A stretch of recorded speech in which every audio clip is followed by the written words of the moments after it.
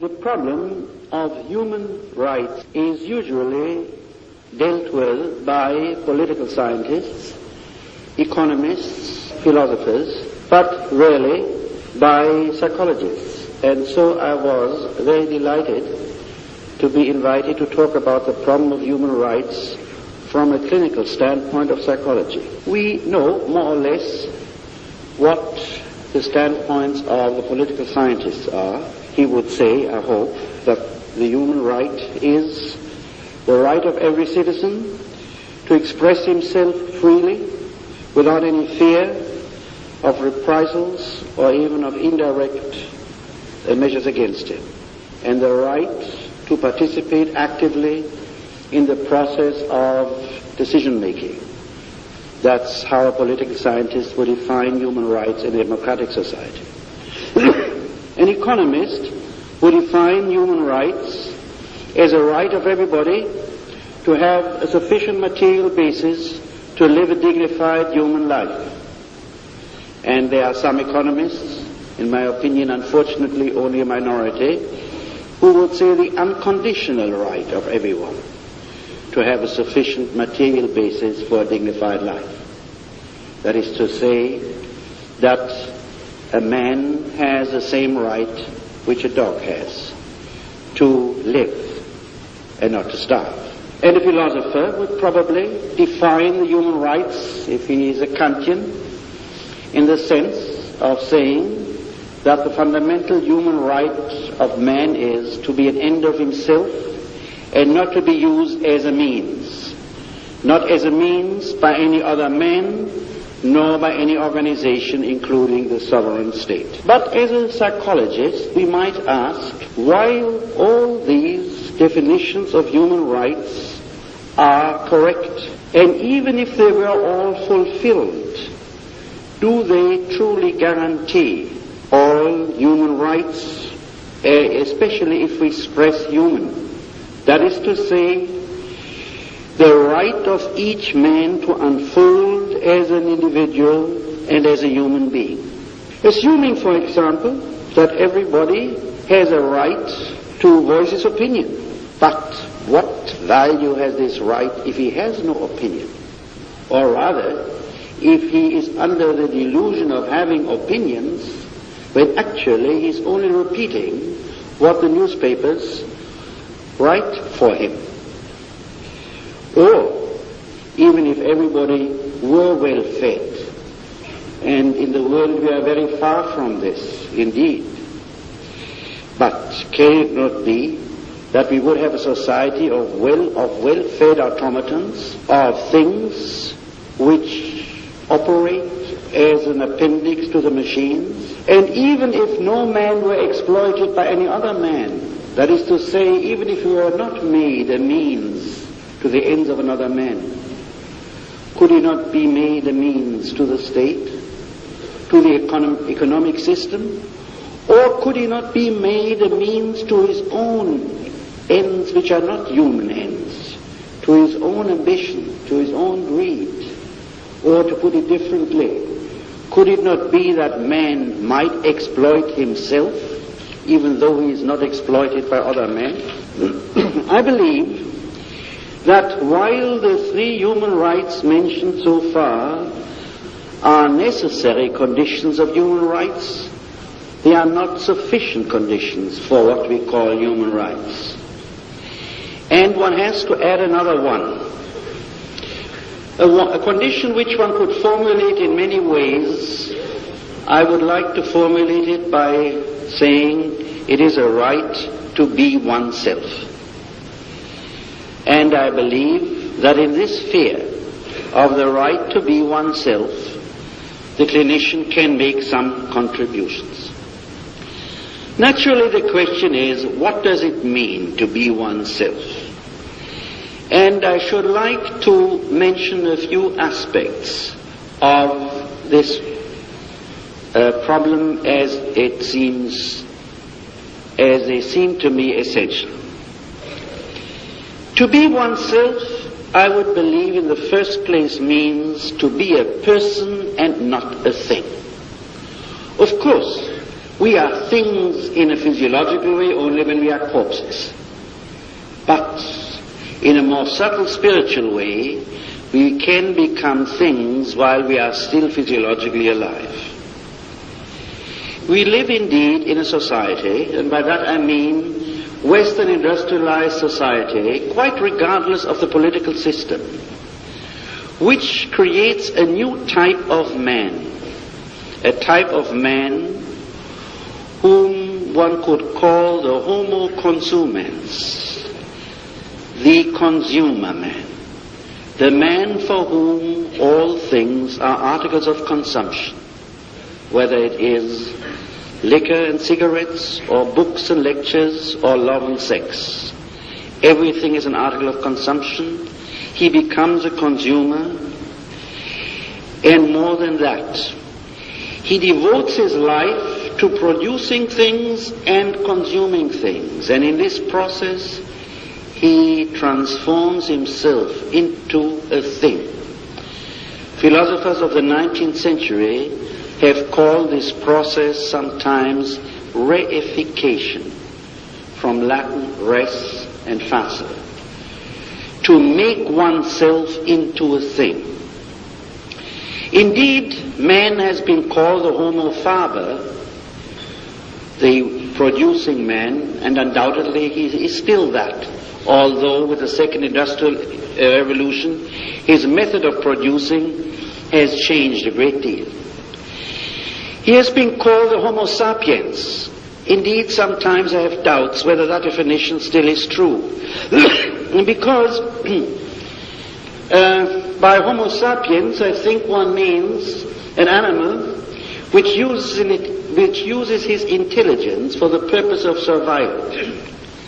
If one sees that today men do not seem to use their intelligence for the purpose of survival, but rather for the preparation of mass destruction, then indeed one may have some doubts to what extent the definition of homo sapiens still is true.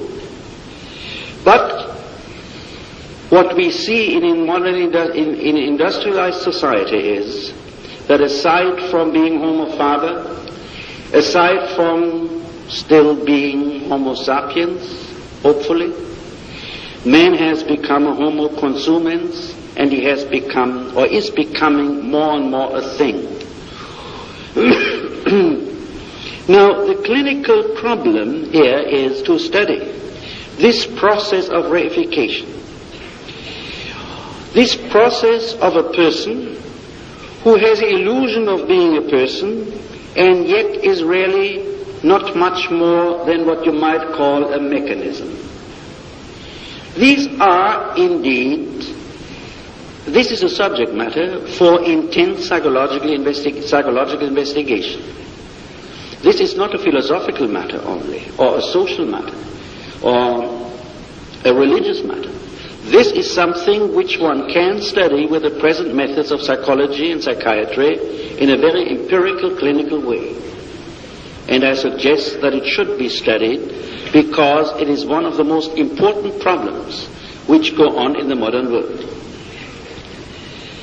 Another aspect of saying what is it to be oneself would be to say perhaps it is to overcome the tremendous alienation which exists in modern man, the alienation from one's work, from one's fellow man, and from oneself. The word alienation has already become quite popular in the last few years. So many of you are familiar with a term which goes back to Hegel, and in fact it goes back earlier. But I should like, for those who are not familiar with it, to define it in as brief a way as possible. I hope at the same time somewhat understandably. By alienation, one refers to the fact that a man does not experience his own powers, his power of thought, his power of love, as his own. That he transfers all these powers to something outside, to a leader, to the state, to society, to an organization, and that he is in touch with his own powers only by the worship of these institutions or leaders or personalities to whom he has transferred his powers. The richer and more powerful they are, the poorer he is as an individual. This phenomenon was first described as a religious alienation by the prophets of the Old Testament in the concept of idolatry. When they speak of the idols by saying, he has eyes and does not see, he has ears and he does not hear, they point exactly to the fact that man bows down to the work of his own hands. He feels powerless and impotent and does not recognize that he is the one who has created these idols, whom he now fears, whom he asks to help him when they are nothing but the production or the product of his own, sometimes hands, when it is an idol of carved wood, or sometimes merely his imagination. In the modern world there is not only a great deal of idolatry, whether it is in religious or not religious terms, the worship of the state, the worship of production, the worship of leaders, but in general we can say that we have lost control over the very circumstances which are our own creation.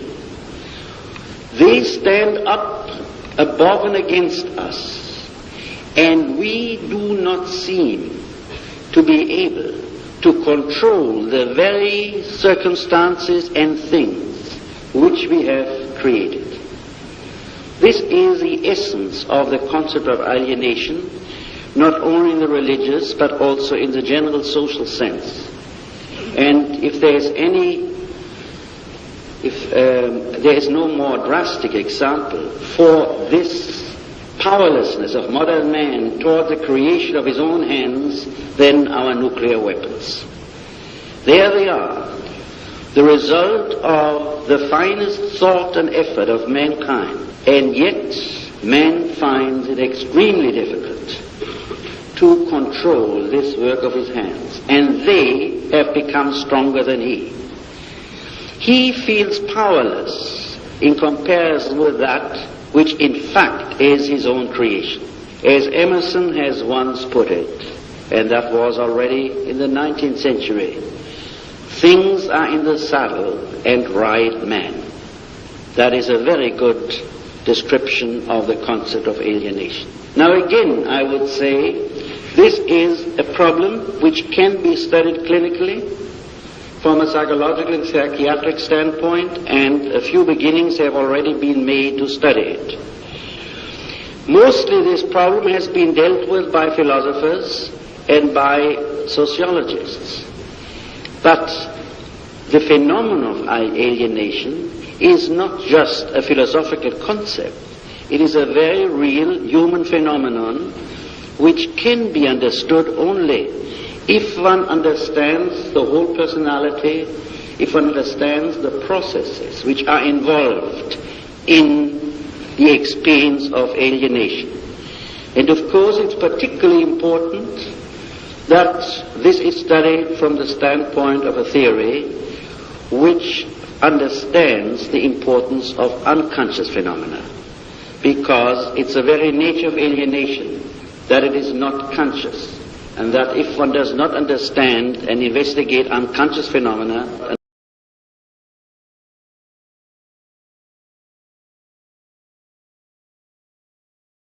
let me mention a third aspect of what it seems to me is important to be a person, and that is to have a sense of identity. To be able to say I in a meaningful and authentic way, rather than to feel as the one, as Heidegger has originally formulated it, as one of the mass, as a coin which bears the same stamp as all other coins, and yet has the illusion to be entirely different from all other coins. This phenomenon of lack of identity has been described perhaps most clearly also already in the 19th century, where some remarkable people have seen what will become of man more clearly than man sees it when he has become it. The one I'm referring to now is Ibsen in his Peer Gynt. Peer Gynt is a normal man. He is successful, he is a trader, he follows his self-interest, only to discover at the end of his life that he never was himself, that he has no self, that he has no identity, that he is, in order to use Ibsen's symbol, an onion which one can peel and peel and peel and there is no kernel. And at that point, Peer Gynt is seized by the horror of the nothing, by the horror of sensing that he is not he, and he would rather be burned in the fires of hell than to return to the melting pots in the awareness that there is no sense of his own identity.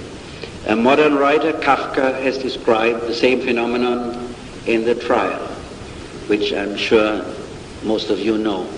There too, K is a perfectly normal man. He has no problems, except he has that long dream which fills the book of Kafka, the Trial. He's perfectly normal, and yet he is profoundly sick, but he's not aware of it, except in the dream or in the symbolic novel which Kafka writes about him.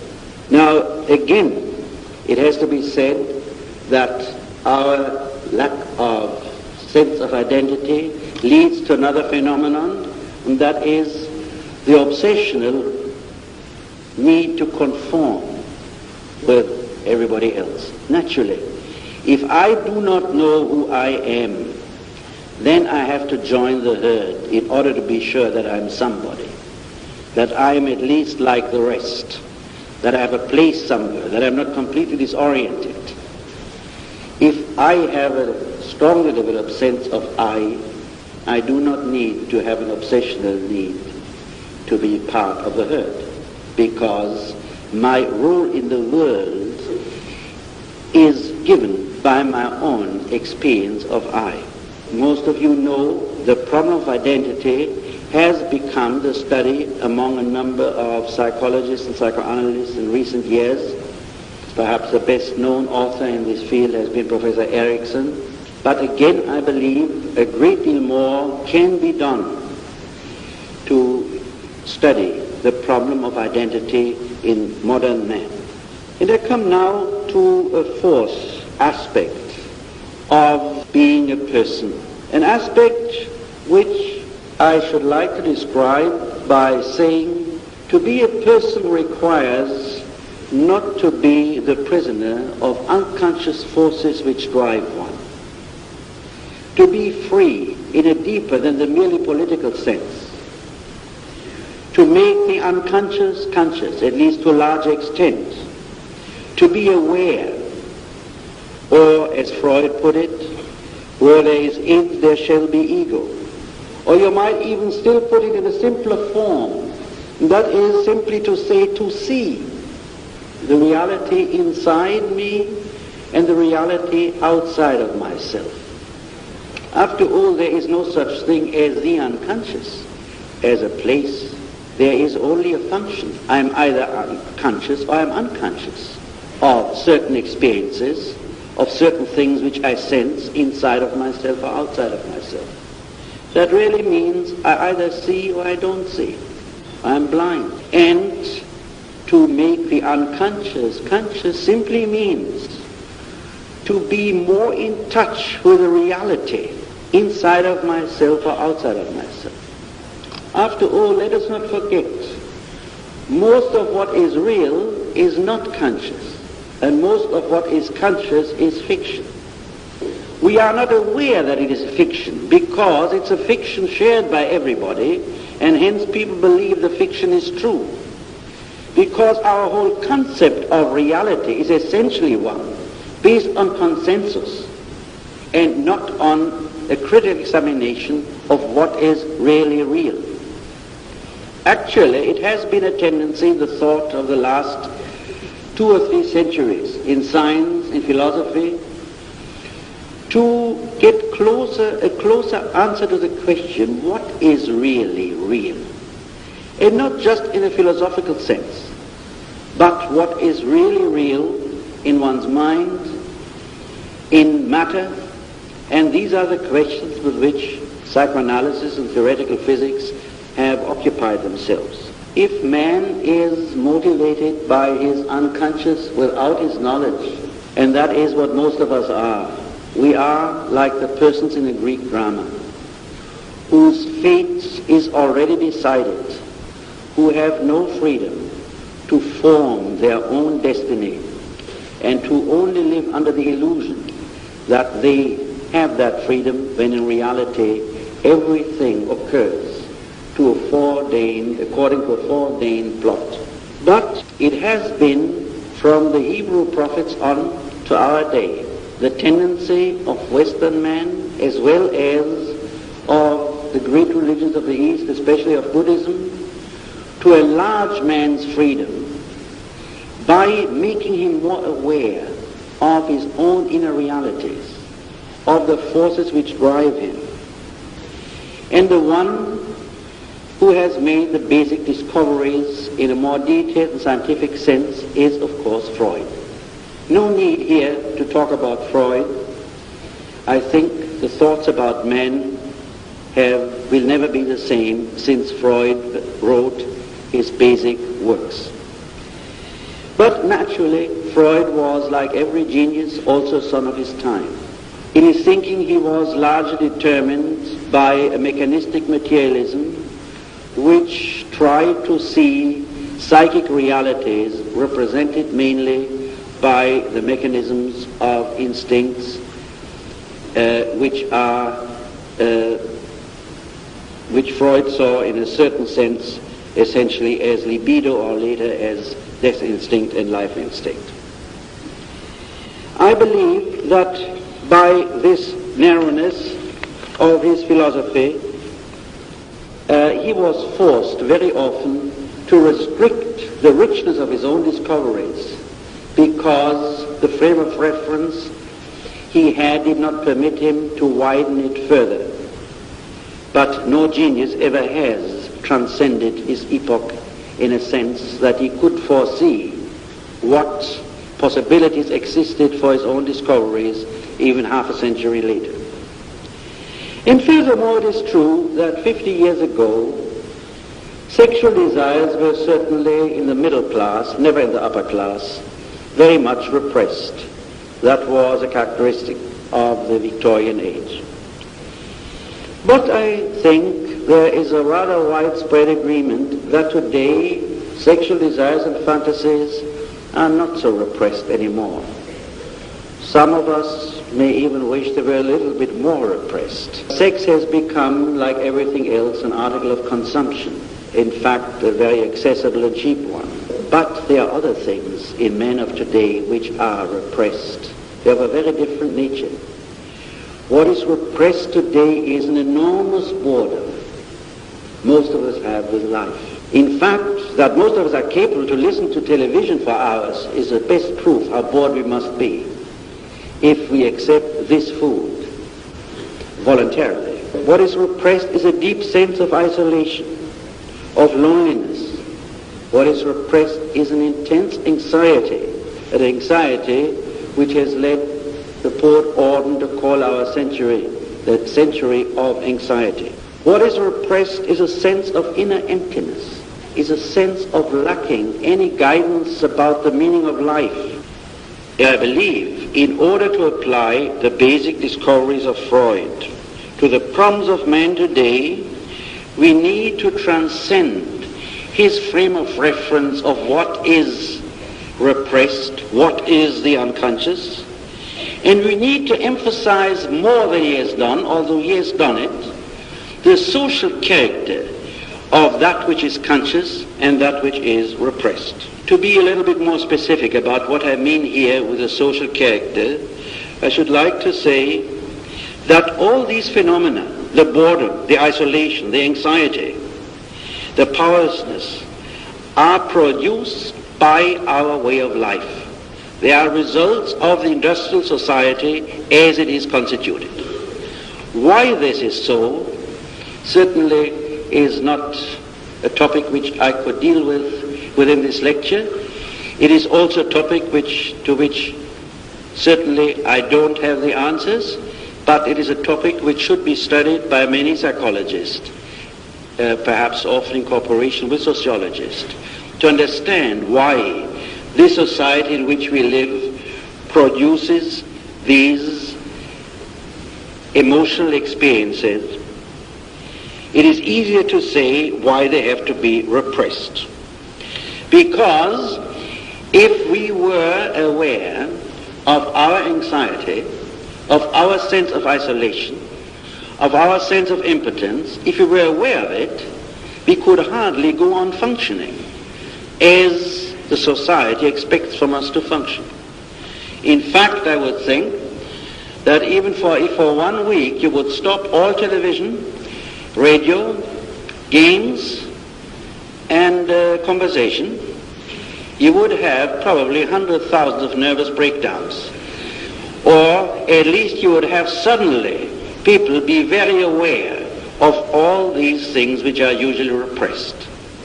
The reason why people are not aware of them lies to a large extent in this phenomenon, that the very society which produces these experiences also produces the compensations which permit to keep them repressed.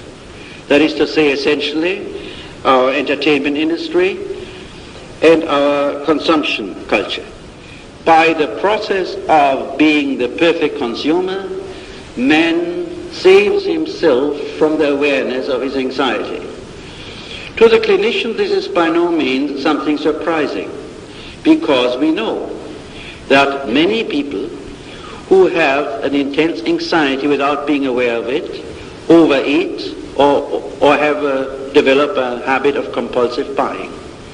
By doing this, they compensate the anxiety in such a way that they protect themselves from being aware of it. Now you may ask, would it be advisable that these unconscious experiences should become conscious? Should we be aware of our anxiety, of our boredom? Well, the answer to this question depends where you stand. If your main interest is the social status quo, then you better see to it that these experiences do not become conscious.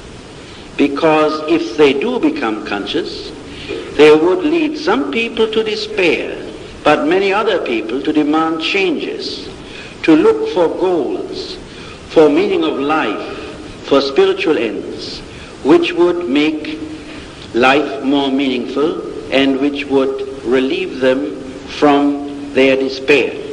But that would also require some social changes. And if you only think of the damage which our advertising industry does to man psychologically, then even a simple demand, which would be a demand in the name of man's sanity, to stop our method of advertising, would already encounter a very massive resistance. And I don't mean the resistance a psychoanalyst speaks of, but the resistance of a very powerful industry. And that is not an easy thing. But if you are concerned with the development of man as being more important than the existing social status quo, then indeed I think you would be in favor of seeing what is hidden.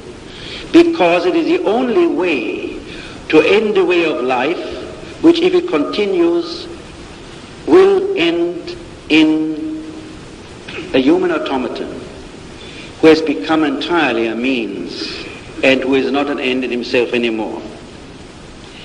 So if you have this aim, then the question is, how could that which is unconscious in most people become conscious. I think we could use here the word social unconscious. There are many things which are unconscious individually by individual factors of repression, of this, that, and the other. But I would say most of what is unconscious is precisely not the memory of what happened to me in my 4th year or in my 3rd year or a little later. But most of what is unconscious is precisely that which society forces to be unconscious. Because while it produces certain experiences, it must prohibit and inhibit them to become conscious. Well, one answer would be, so should everybody be analyzed? Well, I'm afraid then psychoanalysts would have such an excellent business that it would be very dangerous for the profession. It has already been a little bit too dangerous that psychoanalysis became so fashionable in the last 20 years. And besides that, it would require a material wealth which is far from what we can visualize. But I don't think it would be necessary either. I think in the first place, getting in touch with the realities inside of myself and outside of myself. That is to say, to see, to be in communication with what I sense without being aware of it, requires first of all a social atmosphere which is free from fear. Free from fear of any kind, free from any threat, but more than that, in which dissent is not discouraged, is encouraged, is furthered. And that is not so much a matter of the law, but this is a matter of the social atmosphere, of the subtlety of practices which go on.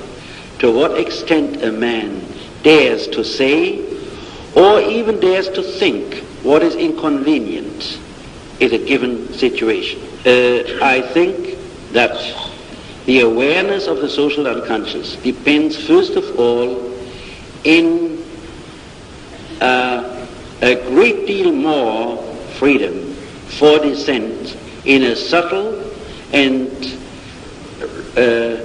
often indirect way than even a country like the United States has now.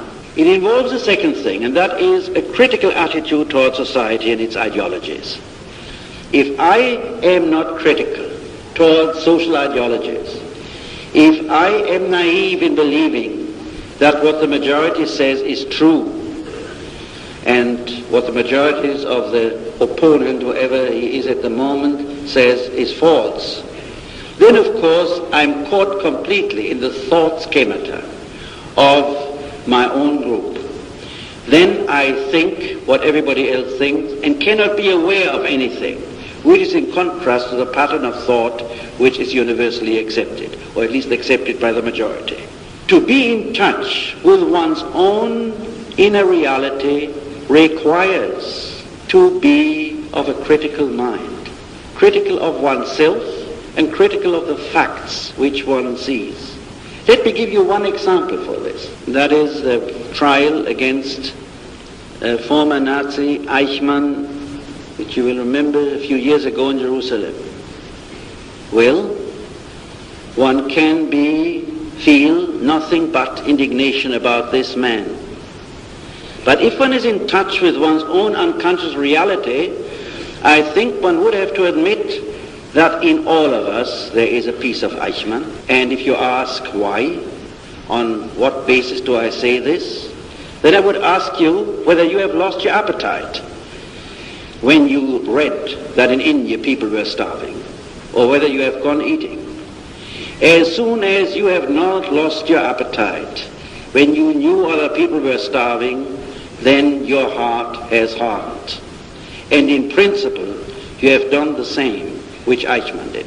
I don't think that if we really are in touch with the reality, the inner reality of ourselves, that there's any crime or perhaps any virtue which we cannot discover in ourselves. We shut ourselves up from the awareness of our inner reality. We project the evil to our opponents and enemies, and believe that the good is in ourselves, individually, nationally, and group-wise in general.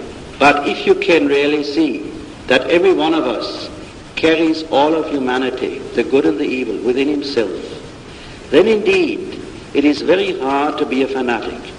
Then indeed it is very hard to be a judge. Then indeed it would follow a deep understanding, if not love, of your fellow man, which is part of being truly a person. The question is whether the clinician can help in this process. And I think that depends on what he wants. If he's concerned with men more than, as I said before, with the status quo of his own society, then I think he will want to help in this process.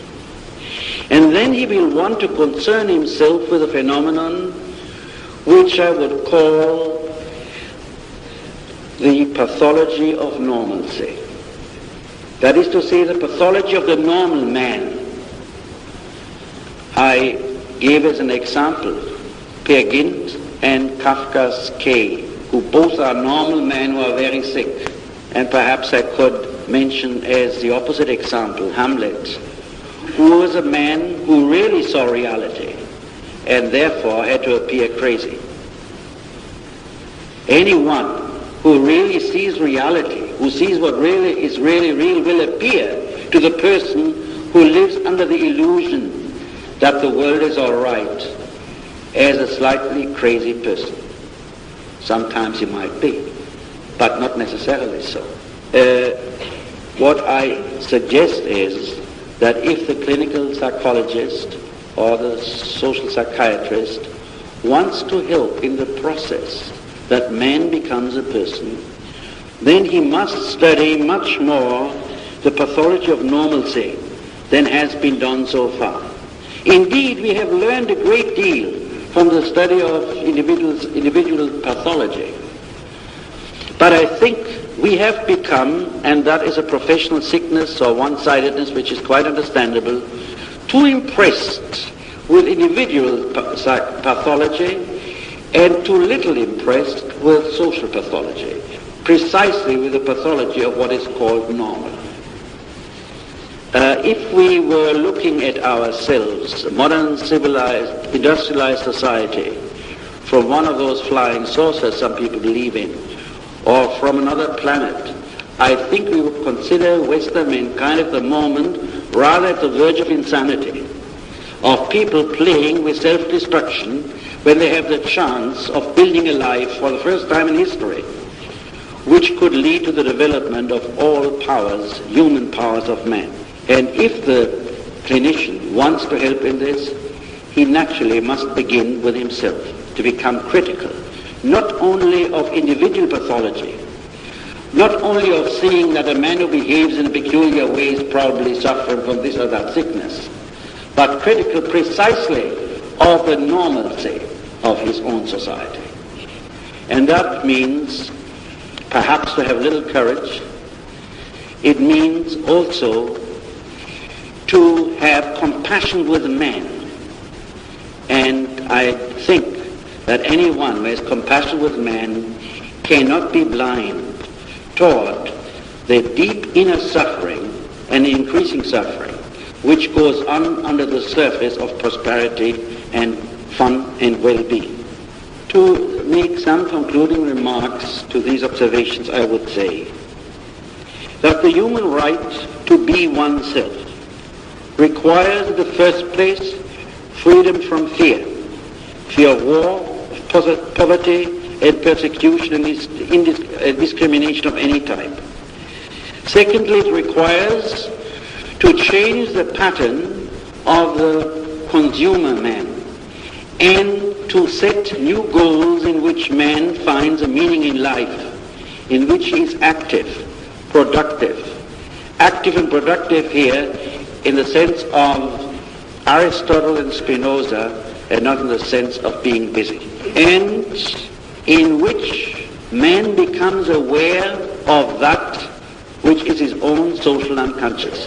That is to say, those experiences which are repressed but so widely that nobody is aware of the fact of repression. I believe that the psychiatrist and the clinical psychologist have an important task. And that is not to be over-impressed by individual sickness, but to think of man as a total being and of applying their basic findings to the pathology of normalcy, which threatens to undermine the very rights which we are so proud of having achieved.